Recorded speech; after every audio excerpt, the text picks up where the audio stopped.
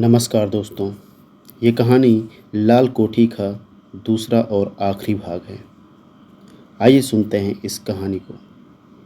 पहले पार्ट में आपने सुना था कि किस तरीके से पीटर को कुछ आवाज़ें उस मकान में सुनाई दे रही थी।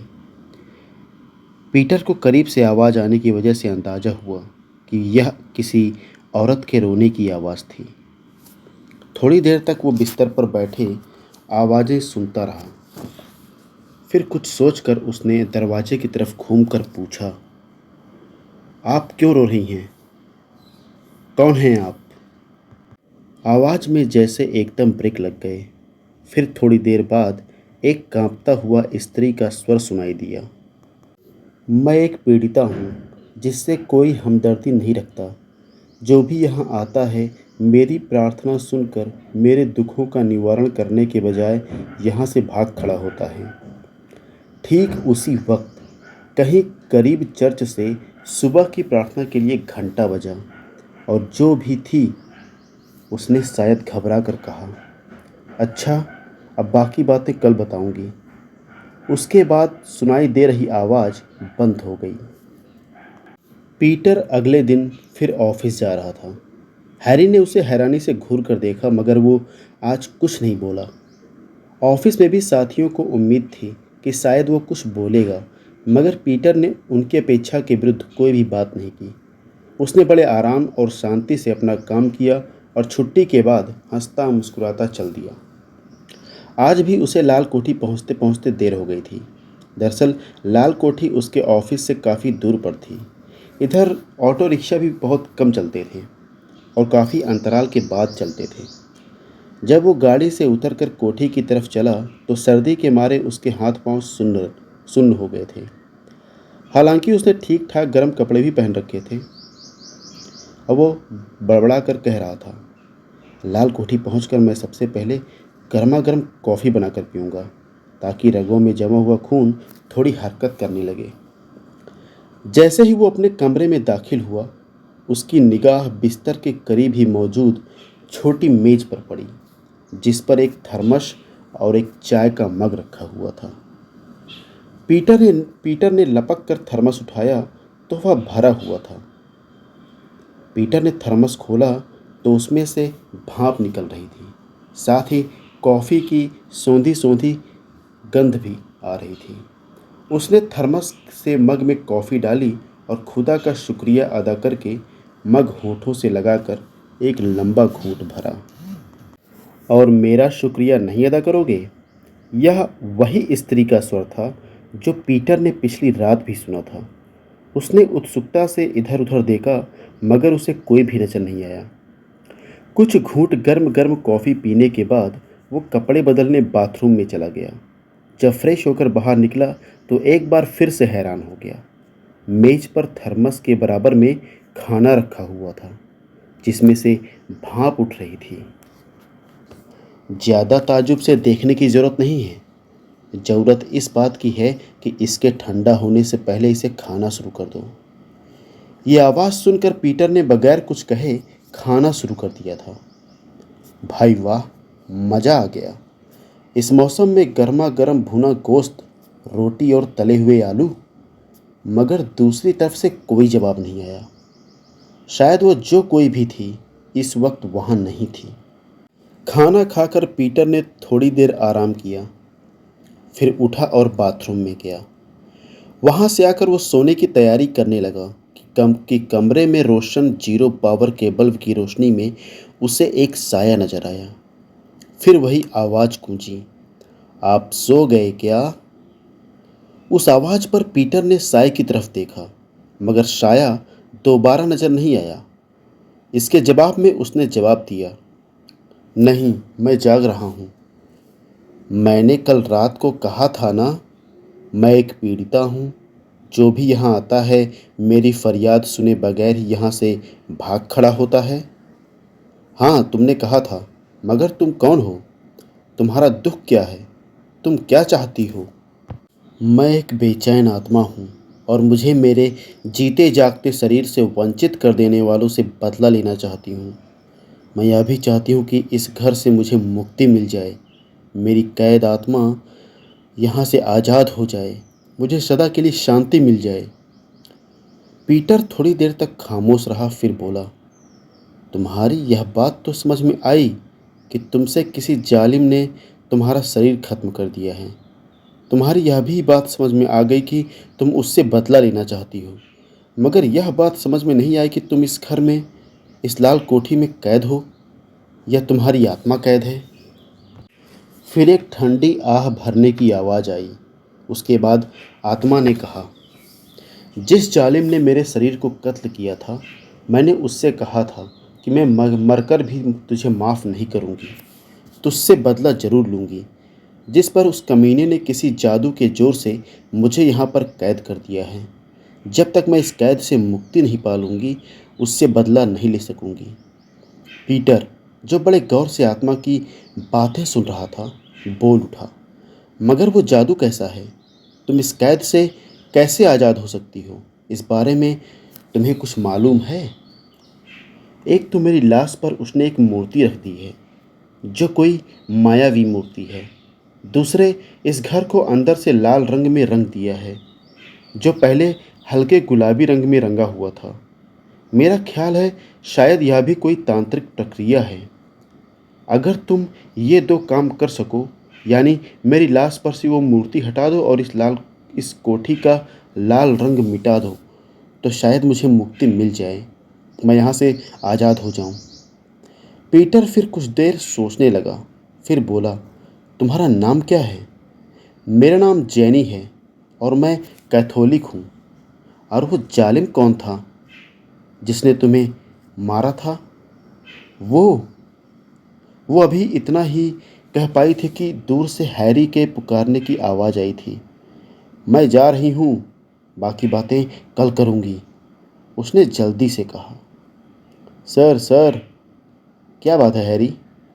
पीटर ने पूछा। साहब, आप ठीक तो हैं ना? आपने किसी लेडी को इधर आते देखा है? अगर वो वाकई कोई औरत ही थी तो उससे इतना घबराने की क्या ज़रूरत है हैरी? ओह, आप नहीं समझते सर, इधर एक लेडी का भूत आता है, इसलिए यहाँ कोई रह नहीं सकता, भाग जाता है। तुम जाओ, डरने की कोई बात नहीं, यहाँ कोई भूत प्रेत नहीं है, हमारा खुदा हमारे साथ है। हैरी चला गया तो पीटर बिस्तर पर लेट गया और जेनी की आत्मा से होने वाले वार्तालाप पर गौर करने लगा। अगली सुबह वो जब ऑफिस गया तो आज भी उसे स्वस्थ और प्रसन्न देखकर ऑफिस के लोग हैरान थे। फिर लंच आवर में एक शख्स बोल ही पड़ा, पीटर, तुम ऐसे पहले आदमी हो जो लाल कोठी में लगातार कई दिनों से रह रहे हो। तो क्या पहले कभी कोई लाल कोठी में नहीं रहा? नहीं भाई, वो रहने के काबिल ही कब है। वो तो भूतहा घर है, वहाँ भूतों का डेरा है। जो भी वहाँ जाता है एक दिन से ज़्यादा नहीं गुजारता। अच्छा, पीटर ने मज़ा लेते हुए कहा, मगर मुझे तो अभी तक कोई भूत नजर नहीं आया। हालांकि मुझे बड़ा शौक़ है भूत प्रेत से मिलने का, उनसे बातचीत करने का और उनसे दोस्ती करने का। छुट्टी के वक्त एक और शख्स ने, जो पीटर के साथ ही ऑफिस से निकला था, बोला, पीटर सैक्सन, तुम जितनी जल्दी हो सके जिस मकान में रह रहे हो उसे छोड़ दो। क्यों? यहाँ के लोगों ने एक साजिश रचकर तुम्हारे रहने का बंदोबस्त वहाँ किया है। वो घर घर नहीं है, भूतों का अड्डा है। किसी दिन कोई भूत तुम्हारा गला दबाकर तुम्हें मार देगा। तुम परिवार वाले आदमी हो पीटर, इसीलिए मुझे तुमसे हमदर्दी है। यह साजिश वाली बात मेरी समझ में नहीं आई। कैसी साजिश? बात दरअसल यह है पीटर सेक्शन कि इस ऑफिस में ज़्यादातर लोकल लोग ही हैं। वो नहीं चाहते कि कोई बाहर से आकर यहाँ काम करे। यहाँ वाले ज़्यादातर अपने भाई भतीजों को यहाँ नौकरी पर रखवाते हैं। बाहर से आने वालों को वो लाल कोठी में ठहराते हैं कि वहाँ के भूत उसे ऑफिस से ही नहीं, नॉर्थ हिल सिटी से भी भाग जाने पर मजबूर कर दें। तुमने जो सूचनाएं दी हैं उसके लिए तुम्हारा बहुत बहुत शुक्रिया ब्रदर, पीटर हंसकर बोला। अगर मुझे लाल कोठी में कोई खतरा नज़र आया तो मैं लाल कोठी को ही नहीं, इस नौकरी को भी छोड़कर अपने शहर लौट जाऊंगा। शाम को पीटर जब लाल कोठी पहुंचा तो उसके स्वागत में गर्म कॉफ़ी का थर्मस मौजूद था। उसने कॉफ़ी पी और नित्य कर्मों से फारिग होकर बाथरूम से निकला तो रात हो चुकी थी। पीटर ने चारों तरफ देखा तो मेज पर गर्मा गर्म खाना मौजूद था। पीटर ने खाना खा लिया। खाना खाने के बाद उसने थर्मस में बची कॉफ़ी को मग में उड़ेलकर चुस्कियां लेने लगा। कॉफ़ी खत्म करके वो बिस्तर पर लेट गया। इरादा सोने का नहीं था, बदन कमर सीधा करने का था, लेकिन उसकी आंख झपक गई। फिर जाने कितनी देर बाद उसके कानों में वही परिचित आवाज़ पड़ी, अरे आप तो सो गए। पीटर की आंख खुल गई। वो बोला, बस जरा आंख झपक गई थी, सोने का इरादा नहीं था, मैं तुम्हारे बारे में ही सोच रहा था। उसने उठकर बैठते हुए देखा कि मेज पर जूठे बर्तन मौजूद नहीं हैं और कमरे में अब 0 पावर का बल्ब जल रहा है। हालांकि जब वो बिस्तर पर लेटा था तो ज़्यादा रोशनी का बल्ब जल रहा था। पीटर ने जेनी की आत्मा को उसकी बीती रात वाली बात याद दिलाई। सर, मेरा नाम पीटर सेक्सन है, तुम बगैर तकल्लुफ़ मेरा नाम लेकर पुकार सकती हो। ठीक है, कहकर वो थोड़ी देर रुकी, फिर ठंडी आह भर कर बोली, पीटर साहब, दुख देने वाले ज़्यादातर अपने ही लोग होते हैं। मेरा कातिल भी कोई और नहीं, मेरा पति ही है। मगर क्यों? उसने तुम्हें क्यों कत्ल किया है?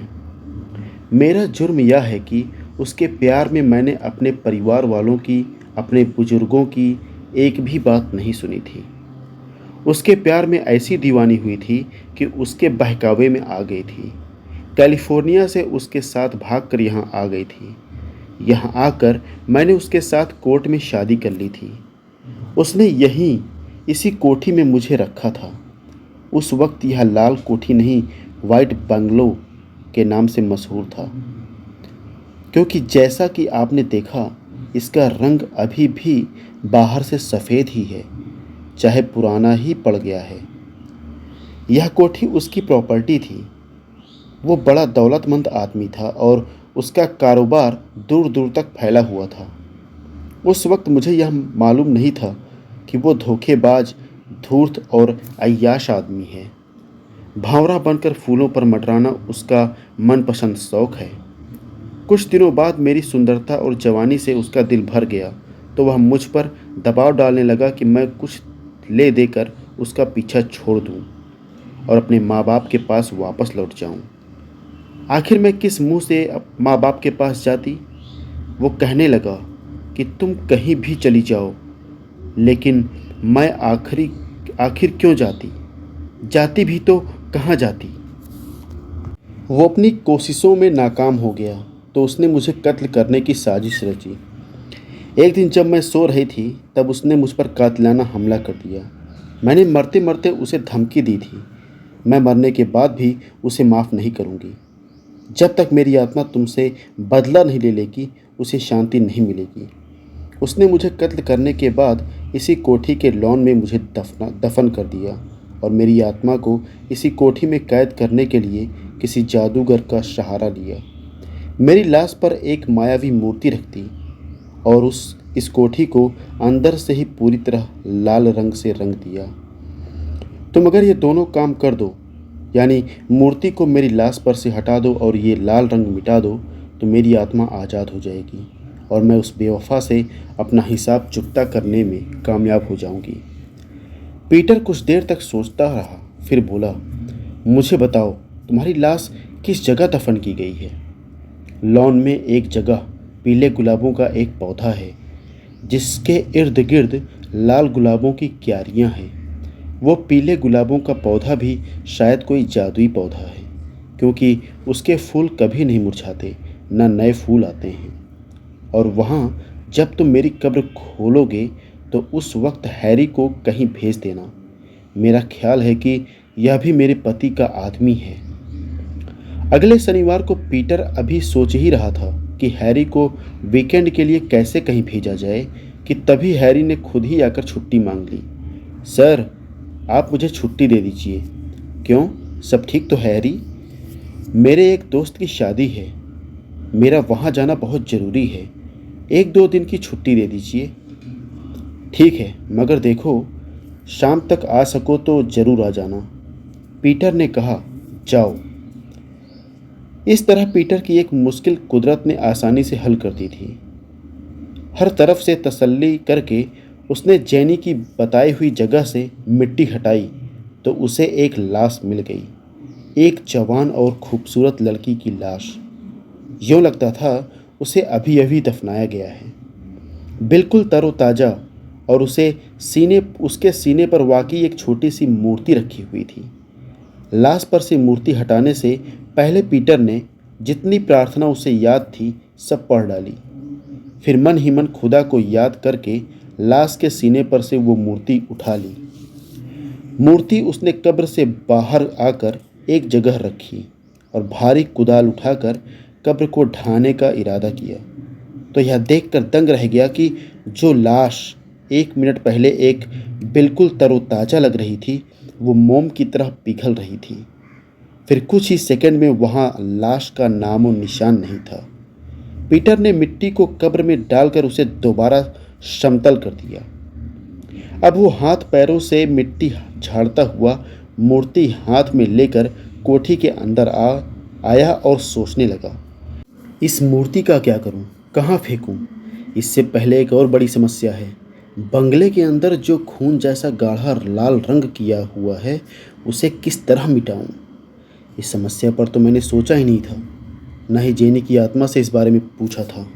कुछ देर बाद उसने देखा कि उसके हाथ में पकड़ी मूर्ति का रुख जिस तरफ की दीवार पर था वहाँ का लाल रंग गायब हो गया था और छत का क्रीम कलर झांकने लगा था।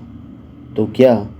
उसने मूर्ति को घूरते हुए दिल ही दिल में सोचा, क्या यह लाल रंग इस मूर्ति से खत्म होगा? यह सोचते हुए उसने दीवार के करीब जाकर मूर्ति का रुख दीवार की तरफ करके उसे घुमाया तो उसके घेरे में आने वाली जगह जगह लाल रंग गायब हो गया और वहाँ क्रीम कलर झलकने लगा। हैरत अंगेज ढंग से पीटर के मुंह से निकला, तेरा शुक्र है मेरे खुदा, तूने मेरी यह मुश्किल भी आसान कर दी। थोड़ी देर में ही लाल कोठी सफ़ेद बंगले में तब्दील हो गई थी। रात को जेनी की आत्मा पीटर का शुक्रिया अदा करने आई थी और बोली थी, मिस्टर पीटर सैक्सन, मेरे पास आपका शुक्रिया अदा करने के लिए शब्द नहीं है। और हाँ, आपको यह खुशखबरी भी सुना दूं कि यहाँ की कैद से मुक्त होते ही मैंने अपने बेवफा पति और कातिल को ज़िंदगी की कैद से आज़ाद कर दिया है। उसके बाद आवाज़ आना बंद हो गई थी। सुबह जब पीटर ऑफिस पहुंचा तो वहाँ का माहौल बहुत संजीदा और शोकाकुल सा था। पूछने पर पीटर को मालूम हुआ कि कंपनी के मालिक मिस्टर जैक एंडरसन की न्यूयॉर्क में हुए एक कार हादसे में मौत हो गई है। पीटर ने कानों को हाथ लगाया और बड़बड़ाया, मेरे खुदा, जैसी करनी वैसी भरनी। और दोपहर को पीटर के घर से उसकी पत्नी का फ़ोन आया कि उसकी बीमारी अब काफ़ी हद तक ठीक है और वो घर पर ही छोटी मोटी पेंटिंग करके उन्हें सुपर स्टोर में बेच देती है और यहाँ से उसे अच्छे पैसे मिल जाते हैं। बच्चे सभी स्वस्थ और प्रसन्न हैं। तो दोस्तों, ये थी लाल कोठी की भूतहा कहानी। तो दोस्तों, कहानी यहाँ पर समाप्त हो चुकी है। कहानी आपको कैसी लगी कमेंट करके ज़रूर बताइएगा। अगर आपको कहानी पसंद आ रही है तो लाइक करिए, शेयर करिए। अगर आप चैनल पर नए हैं तो चैनल को सब्सक्राइब करना न भूलिएगा। मिलते हैं अगली कहानी में, तब तक के लिए जय वीर बालाजी।